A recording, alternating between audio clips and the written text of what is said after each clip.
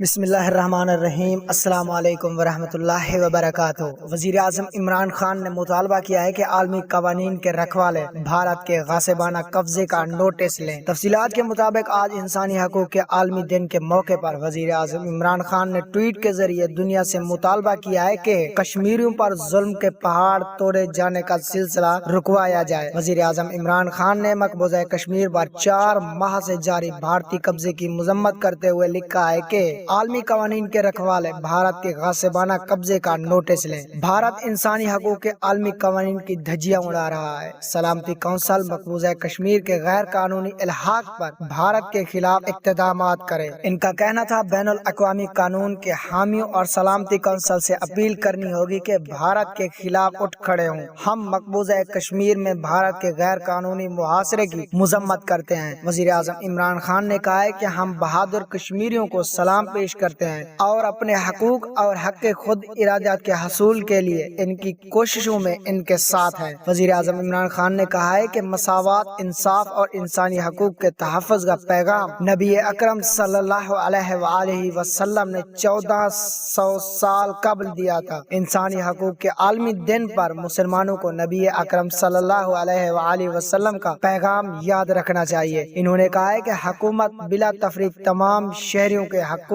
کے تحفظ کے لیے پرعزم ہے۔ انسانی حقوق کے عالمی دن پر دنیا کی توجہ مقبوضہ کشمیر کی طرف متبادل کرنی ہوگی۔ واضح ہے کہ آج مقبوضہ کشمیر میں بھارت کی جانب سے جاری لاک ڈاؤن اور کرفیو کا 128 دن گزر گئے ہیں۔ حریت رہنما سید علی گیلانی نے آج انسانی حقوق کے دن پر یوم سیاہ منانے کا اعلان کیا ہے۔ تو ناظرین، آپ کا اس بارے میں کیا خیال ہے؟ نیچے کامنٹ باکس میں اپنی قیمتی رائے کا اظہار ضرور کریں۔ اللہ حافظ۔